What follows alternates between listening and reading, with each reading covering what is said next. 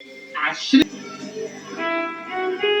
कितने भी शिथिलता आ जाए, दुनिया तुम्हारा साथ देना बंद कर दे, दुनिया तुमको छोड़ दे, तुमने अगर एक लोटा जल देवादिदेव महादेव को समर्पित करा है, याद रखना शिव जी को जल चढ़ाने के लिए हाथ को आगे बढ़ाना पड़ता है। जैसे कन्यादान किया जाता है तो बाप बेटी के हाथ को पकड़कर वर को देता है और वर उस हाथ को पकड़ लेता है। एक लोटा जल से वर और कन्या के हाथ में जो कन्यादान का पिंडा रखा जाता है, लोई रखी जाती है, उस पे जल छूटता है और वो पिंडा से ही कन्यादान का संकल्प पूर्ण होता है। उसी तरह एक लोटा जल लेकर हाथ को आगे बढ़ाकर जब हम शंकर जी को लोटा भर जल समर्पित करते हैं, तब शंकर भगवान जैसे एक वर कन्या के हाथ को पकड़ लेता है, उसी तरह मेरा शिव भी आपके हाथ को पकड़कर मंजिल तक पहुंचा देता है। कितनी करुणा, कितनी दया मेरे शिव की, कितनी करुणा। शिव की कृपा के 4 प्रकार हैं।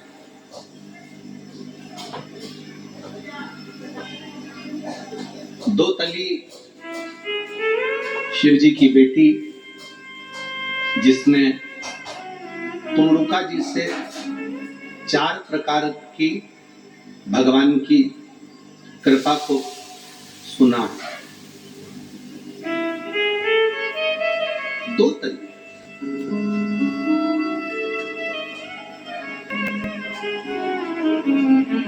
तली का एक काम बहुत अच्छा है।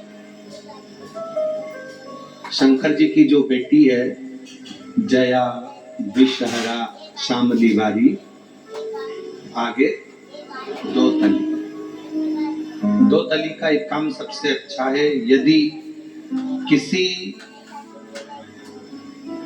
लड़का लड़की ने आपस में विचार कर लिया कि तलाक हो रहा है और लड़की ने या लड़के में से किसी एक ने विचार कर लिया कि मुझे तलाक नहीं लेना है, मुझे तो इसी वर के साथ में या इसी कन्या के साथ में रहना है, और अगर 2 बेलपत्र, 2 दुर्वा, 2 कनेर के पुष्प हाथ में कर 1 लोटा जल शिव जी को समर्पित कर अगर 2 तली का नाम लेकर ये एक साथ शिवलिंग पर चढ़ा दिए जाएं, तो वो प्रदोष के दिन अगर इसको चढ़ाया गया है तो लड़का लड़की का तलाक नहीं होता, आपस में प्रेम बनना प्रारंभ हो जाता है।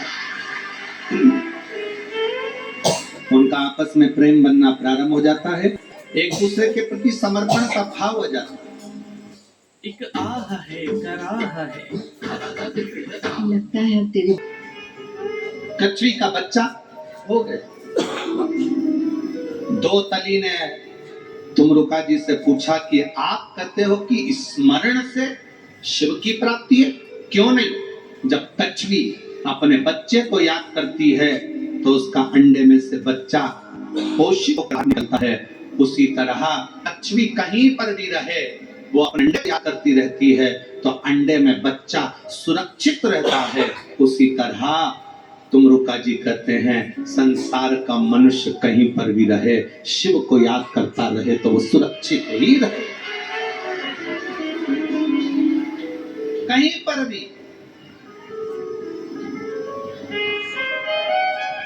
देश में रहो, विदेश में रहो, जहां तुम्हारी मर्जी हो, जहां तुम्हारा मन पड़े। वाह,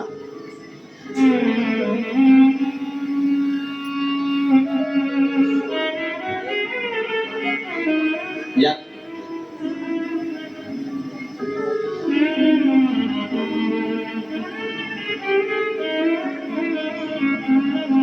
स्मरण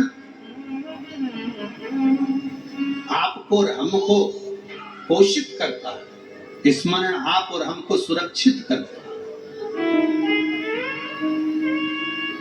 दूसरे नंबर पर है दृष्टि।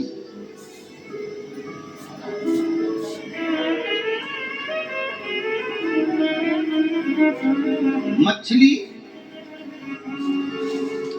अपने अंडे को जन्म देती है, मछली अपने अंडे के पास कभी नहीं जाती है। मछली का बच्चा होने वाला रहता है, मछली अपने अंडे के पास कभी नहीं जाती। पानी में तैरते तैरते मछली केवल अंडे पर दृष्टि रखती है, केवल दृष्टि रखती है, और वो अंडा पक जाता है और उसमें से मछली के बच्चे निकलकर बाहर आ जाते हैं। उसी तरह शिव की कृपा का दूसरा सूत्र है, वो है दृष्टि। आप प्रतिदिन शिव जी को जल चढ़ाने जा रहे हो, शंकर की दृष्टि में अगर आप हो तो आप सुरक्षित हो और उन्नतिवान हो, तरक्कीवान। दृष्टि। एक लाइन आप लोग गुनगुनाते हैं,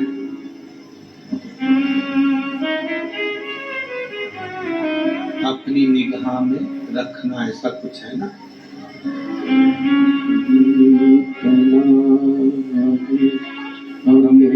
रखना सीधे हमने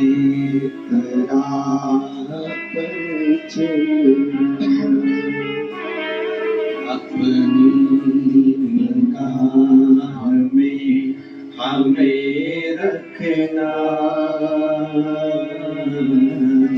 सीधे हमने तेरा पर चलना।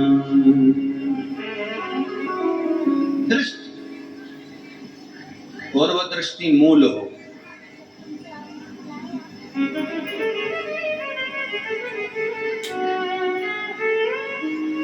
कैमरा लगा है, आप कैमरे की निगाह में हो। कैमरे में और दर्पण में एक बहुत बड़ा अंतर होता है। दर्पण में सामने अगर कोई आ गया, थोड़ी देर बाद हट गया, तो दर्पण में से वो समाप्त हो जाता। कैमरे के सामने अगर कोई आ गया तो वो हमेशा हमेशा के लिए उसमें फिट हो जाता। पर याद रखना, अपने दिल को, अपने मन को कैमरे जैसा मत बनो, दर्पण जैसा बनो। कोई ने कुछ बोल दिया, आया साफ। कोई ने कुछ कह दिया, आया साफ। कई लोग अपने मन को कैमरे जैसा बनाकर रखते हैं। जिस दिन से शादी कर कर घर में आती है, सास ने कुछ कह दिया या बहू ने कुछ कह दिया, उस दिन पहली बार का शब्द बहू अपने कानों में और मन में भर कर रख लेती है। पहले दिन का शब्द सास अपने कानों में और अपने मन में भर कर रख लेती है। वो कैमरे जैसा फिट कर लेती है, और जब जब झगड़ा होता है तब तक कैमरे की सारी प्रस्तुतियां सामने आ जाती है। सारी प्रस्तुति हो सकता है हम गलत हो बोलने में।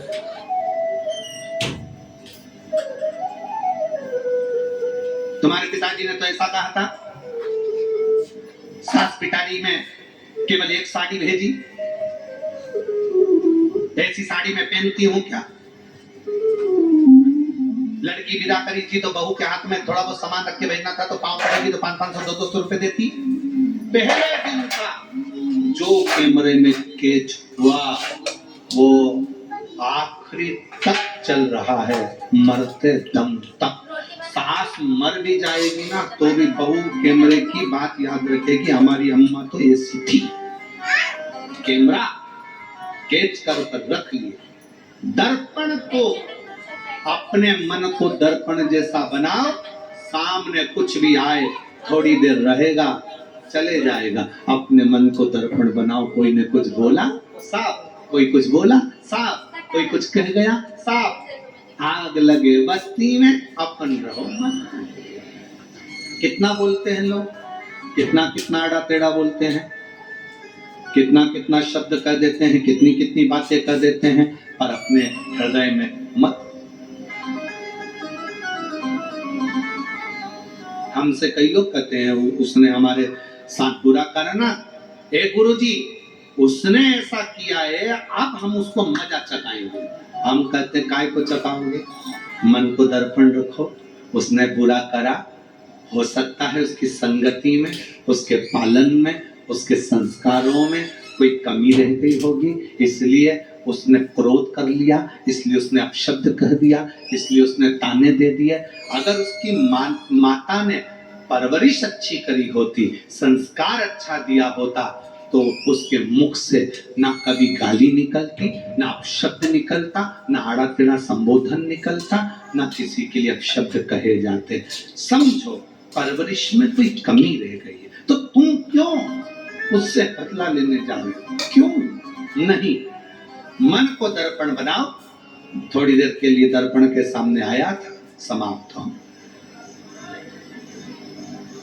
समाप्त। 33 कोटि देवताओं में कोई ऐसा देवता बता दो जिसको गाली दी गई हो। जम के बोलो कोई ऐसा देवता जिसको गालियां दी गई हो, अपशब्द कहा गया हो, भरी सभा में अपमान किया गया हो, कक्ष में से बाहर निकाल दिया गया हो, आड़ा टेढ़ा बोला गया हो, यहाँ तक बाहर तक निकाल दिया गया हो, जिसको सभा में ना बुलाया गया हो, जिसको रिश्तेदार गाली बक रहे हो, जिसको अपशब्द कह रहे हो। 33 कोटि देवता में केवल एक है देवाधिदेव महादेव, जिनको भरी सभा में गाली दी जाती है। और कौन दे रहा है? खुद का सगा रिश्तेदार ससुर गाली दे रहा है। स्वयं अपमान करा जा रहा है। कौन कर रहा है शिव जी का अपमान? स्वयं देवऋषि नारद। कब करे? जिस समय पर देवऋषि नारद ने कामदेव पर विजय प्राप्त कर ली, भगवान विष्णु के यहाँ गए, भगवान नारायण के पास जाने से पहले शंकर जी के पास गए, शंकर जी से जाकर कहा, तुमने काम को नहीं जीता, मैंने काम को जीता है। अपमान कर रहे हैं, मैंने करा। शिव जी ने उनके गले में रुद्राक्ष की माला पहनाई, नारद जी ने उठाकर जमीन पर पटक दी। फिर अपमान, फिर अपमान। कोई ने अगर आपको साड़ी दी है, वो मेरी जीजियों आस्था चैनल पर जितनी सुन रही हैं, फेसबुक यूट्यूब पर सुन रही हैं, जितनी कथा के पंडाल में बैठी हैं, किसी ने तुमको साड़ी दी, माना कि ये साड़ी 200 रुपए की है, तो क्या तुम उसके मुंह पर फेंक कर जाओगे? क्या जम के तो बोलो नहीं, ले आओगे, ठीक है ले चलो, दी है ना, कोई बात नहीं पहनेंगे। थोड़ी अच्छी होगी तो बहू को दे देंगे, और अच्छी होगी तो लड़की को दे देंगे, और थोड़ी बहुत भी गड़बड़ होगी तो भाग बज्जी पे चढ़ा देंगे।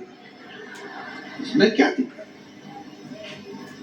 उठा गए, लेकर आ गए, तुमने उसके ऊपर नहीं फेंका, तुमने उसके ऊपर नहीं मारा। पर नारद जी ने शिव जी का अपमान करा, अपशब्द कहा, और उसके बाद जो माला दी गई उसको जमीन पर फेंक दिया उनके साक्षी।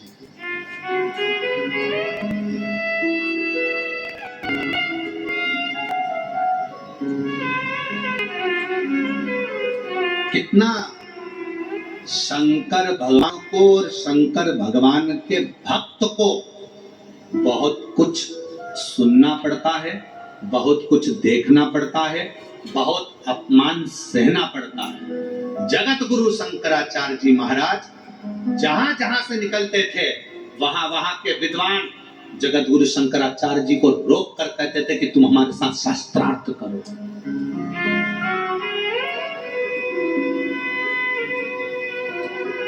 और अभी कहा आप लोगों को, अभी वर्णन करा, बुद्धि का, संपत्ति का और पत्नी का दिखावा नहीं होना चाहिए।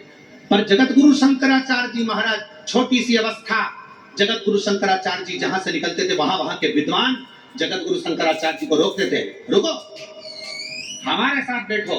राजा के पास हाथ पकड़ कर लेकर जाते थे, उनके शास्त्रार्थ करो। जगत गुरु शंकराचार्य जी को नीचा दिखाने के लिए बार बार प्रयास किया जाता था कि शास्त्रार्थ करने बिठाते थे, बैठो शास्त्रार्थ करो। शंकर का जो भक्त होता है, शंकर का जो स्वरूप होता है, शिव की कृपा का जो पात्र होता है, उसको बार बार अपमानित किया जाता है, अपशब्द कहे जाते हैं, ताने दिए जाते हैं, गाली दी जाती है, बार बार अपशब्दों से संबोधित किया जाता है। 33 कोटि देवता में केवल एक शिव जिनको ताने भी दिए, अपशब्द भी कहे, गाली भी दी, आड़ा टेढ़ा भी कहा, फिर भी पार्वती जी ने कहा शंकर जी से, तुम्हारे लिए जहर का कटोरा भेज दिया। शिव जी कहते हैं पी लूंगा, कोई दिक्कत वाला बात नहीं है।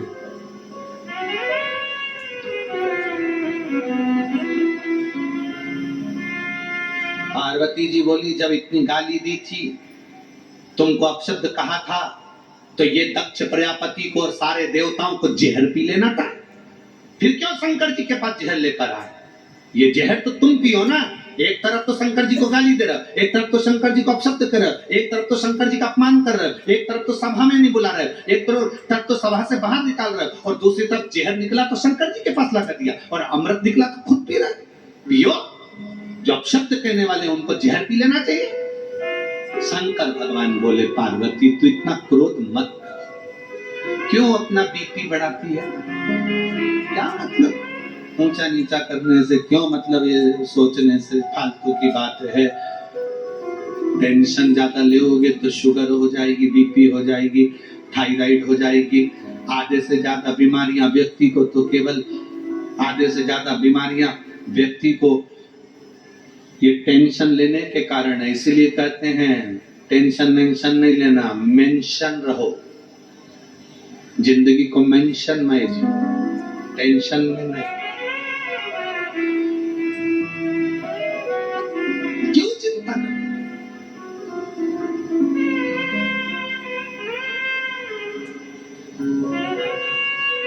पार्वती जी ने शिव जी से कहा, सबसे ज्यादा लोग तुम्हारा अपमान करते हैं। पार्वती जी से शंकर भगवान ने कहा, इसीलिए तो मुझे देव अधिदेव महादेव कहते हैं। जो बच्चा बचपन में ज्यादा कुटाता है, खूब गाली खाता है, पढ़ता लिखता भी नहीं, फिर भी मम्मी पापा के हाथ से खूब जूते खाता है, वही एक दिन अपने परिवार का नाम रोशन करके बताता है। वही, और इसके सबूत बैठे हम खुद ही। नहीं तो हमारी माता जी से एकांत में रोक के पूछ लेना हो। बड़े भैया के लिए माता पिता कहे कि ये खूब पढ़ेगा, अच्छा नाम कमाएगा, बहनों के लिए कहा खूब पढ़ेगा, नाम कमाएगा, छोटे के लिए कहा खूब पढ़ेगा, नाम कमाएगा, और हमारे लिए तो कहा ये तो ढोर है, ये तो गाय भैंस चराएगा।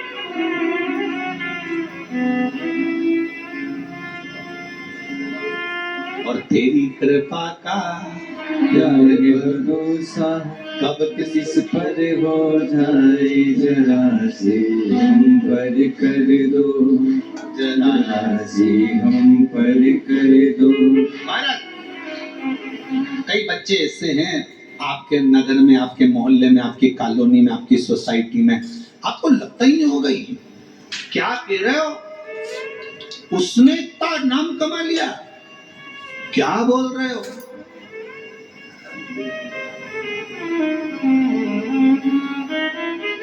और तो और हमारे सीहोर में भी घूम कर आओगे और कोई सिर फेरे के पास पहुंच गए ना, और हमारा नाम दे दिया, तो वो भी तुमको किसका नाम दिया?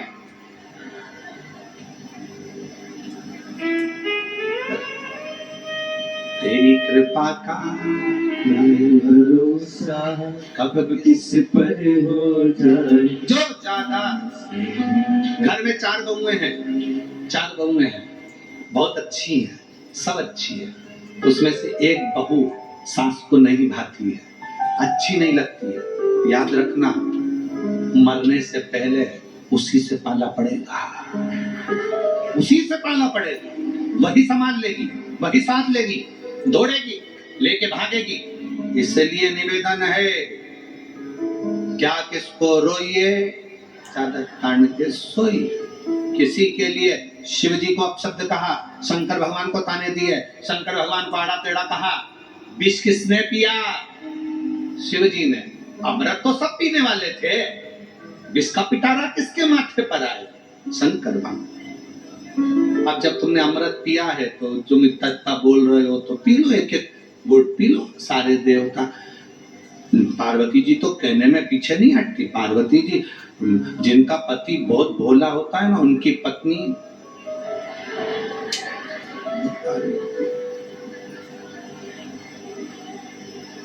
हमेशा याद रखना, भोले को भोली नहीं मिली है। ये कभी मत सोचना कि वो कहते ना, डॉक्टर की डॉक्टरनी, कलेक्टर की कलेक्टरनी, पटवारी की पटवारन, पंडित की पंडितायन। अच्छा, वो डाक देने वाले डाकिए की, अब उसका संबोधन था उसके लिए। अब विचार करे, अब वो बोले भोला है, पति भोला है, पति भोला है, तो भोले के संबंध रिश्ता जो है ना, वो परमात्मा ने अलग से जोड़ के रखा होता है। वो एक गीत था बहुत पहला पुराना, जोड़ी बनती है आसमान में, ऐसा कुछ गीत था, स्मरण में नहीं आ रहा। चूड़ी मिलती है दुकान में और जोड़ी बनती है आसमान में। वो परमात्मा, किसी को याद होगा गीत तो स्मरण में। जोड़ी बनाने वाला बहुत समझ कर जोड़ी बनाता, बहुत सोच कर जोड़ी बनाता, उसने बनाया। पार्वती मैया को गुस्सा है। ये देवता कहते हैं कि शिव जी का अपमान कर देते हैं, अपशब्द कर देते हैं, सभा में से बाहर निकाल देते हैं। यज्ञ करते हैं तो बुलाते नहीं मेरे पति को। जब मेरे पति को तुम यज्ञ में नहीं बुलाते, मेरे पति का अपमान करते हो, तो अब मेरा पति जहर नहीं पिएगा। पार्वती जी ने विष का कटोरा लिया, लेके पहुंच गई सीधे ब्रह्मा जी की पत्नी के पास। ब्रह्माणी ने पूछा ये क्या है? पार्वती जी बोली गिफ्ट रख। जैसे ही उनको लगा इतना सोने का कलश, हीरे जड़े हुए रतन, इतना सुंदर गिफ्ट, उसमें भरा था विष। जैसे ब्रह्माणी ने संभाल के रखा, ब्रह्मा जी घूम कर आए। ब्रह्मा जी ने पूछा ब्रह्माणी से ये कलश कैसे रखा है? कि पार्वती देकर गई। ब्रह्मा जी बोले अब भी देखिए, अभी देखिए, पागल हो गई, छू मत लेना, जल्दी देखिए, जल्दी उठा, अभी क्या उठा, हम तो वहां रख के आए थे, तो यही। फिर पहुंचा दिया पार्वती के। पार्वती ने कहा सब निंदा करे, ब्रह्मा जी ने भी खूब निंदा करी, इसलिए इनका एक सिर कटा। शिव जी का नाम बटकेश्वर महादेव पड़ा। अब भगवान इंद्र के यहाँ ले गई। इंद्राणी ने पूछा पार्वती जी से ये क्या है देवी? पार्वती जी बोली गिफ्ट रख ले। इंद्र सभा में से बाहर निकल कर आए, अपने कक्ष में पहुंचे। जैसे उनने कलश देखा, इतना सुंदर है, इतना सुंदर, इसमें तो मैं पानी पीऊंगा। कौन देकर गया इतना सुंदर गिफ्ट? इंद्राणी बोली पार्वती जी आई थी देकर। इंद्र चक्कर खा के नीचे गिर गए। जैसे ही चक्कर खा के नीचे गिरे, इंद्राणी हाथ में वो कलश रखी थी जिसमें विष भरा हुआ था। चक्कर खाने वाले व्यक्ति पे पानी छीटा जाता, इंद्राणी छीटने वाली थी, उठ गए इंद्र, ये मत छीट देना।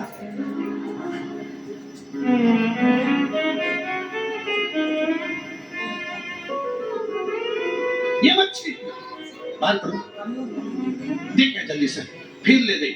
अब की बार लक्ष्मी जी के यहाँ पहुंच गई। लक्ष्मी जी ने पूछा ये क्या है?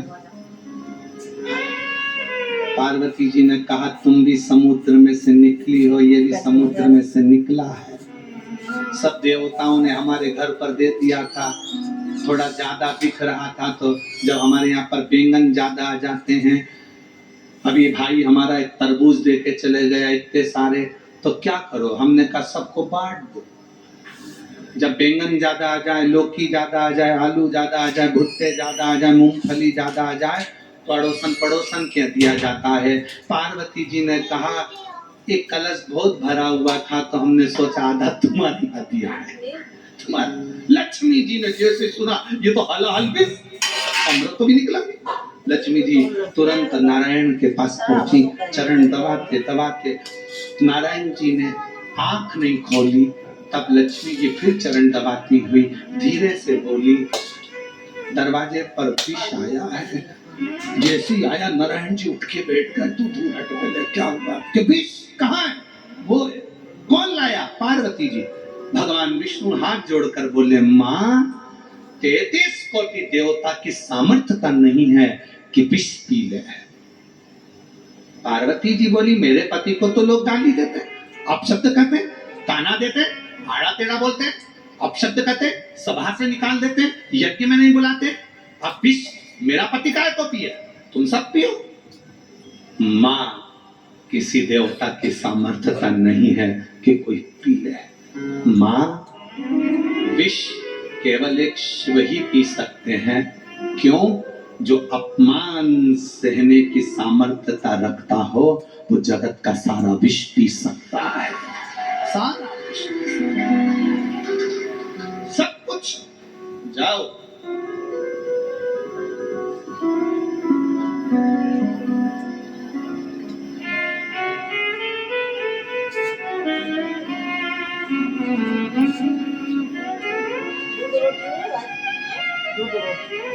वो विष